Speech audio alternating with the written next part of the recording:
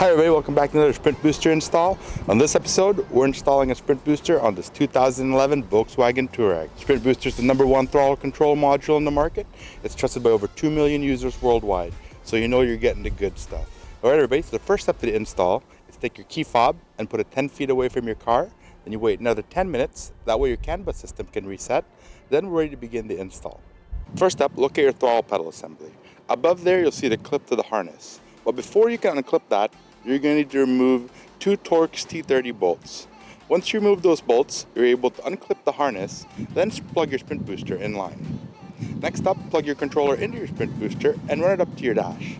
But before you mount it on there, make sure it's on the automatic setting if you have an automatic car like we do, or make sure you put it to the manual setting if you have a manual car.